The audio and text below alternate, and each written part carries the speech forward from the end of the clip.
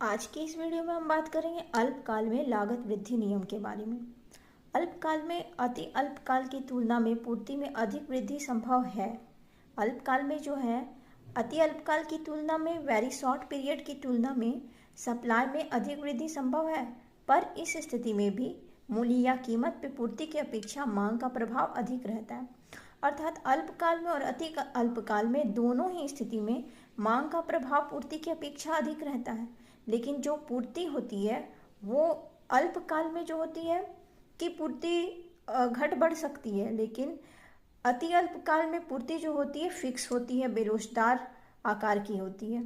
हम second point में बात करेंगे कि लागत वृद्धि नियम का क्रियाशीलन उद्योग में देखा जाता है। अल्पकाल में उद्योग का पूर्ति वक्र विभिन्न फर्मों के सीमांत लागत वक्रों एमसी का योग होता है। अर्थात हमने इस बात को पहले भी डिस्कस किया है कि अल्पकाल का पूर्ति वक्र हमें कैसे प्राप्त होगा, क्योंकि उद्योग में बहुत सारी फर्में काम करती है, तो फर्म जो है सभी फर्में अपनी अलग अलग सप्लाई वक्र बनाती है और उन सप्लाई वक्रों का जो योग होता है और उसका जब हम एवरेज निकालते हैं तो जो हमें प्राप्त होता है क्षैतिज योग, वही अल्पकाल में उद्योग की पूर्ति वक्र कहलाती है। अब हम यहाँ पे इस फिगर से समझेंगे कि अति अल्पकाल में सप्लाई कर्व कैसा होता है और अल्पकाल में सप्लाई कर्व कैसा होता है। तो आप देख रहे हैं कि अति अल्पकाल में सप्लाई कर्व एस है। अति अल्पकाल में सप्लाई में पूर्ति में किसी भी प्रकार का कोई परिवर्तन नहीं हो रहा है, लेकिन मांग बढ़ने से कीमत में वृद्धि हो रही है। मांग जब बढ़ रही है तो कीमत में वृद्धि हो रही है। आप यहाँ देखेंगे कि डिमांड जब बढ़ रही है तो कीमत में भी वृद्धि हो रही है।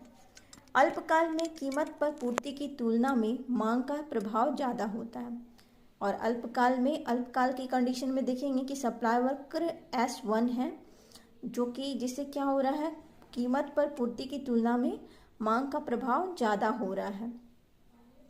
अब हम यहाँ पे देखेंगे कि अल्पकाल के सिचुएशन में पूर्ति में हम कुछ परिवर्तन या फिर वृद्धि ला सकते हैं। जब मांग D1 था तो कीमत का स्तर P1 में था। अब मांग और बढ़ा D2 तो कीमत चला गया P2 पर। हालांकि उत्पादन में भी वृद्धि हुई, लेकिन फिर भी कीमत P1 से बढ़कर P2 हो गया। अतः हम क्या समझेंगे कि अल्पकाल में कीमत पर पूर्ति की तुलना में मांग का प्रभाव ज़्यादा होता है।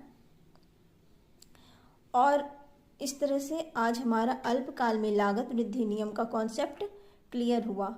और ये भी बता दूं कि अल्पकाल में लागत वृद्धि नियम में सप्लाई कर्व जो होती है ऊपर उठती हुई होती है।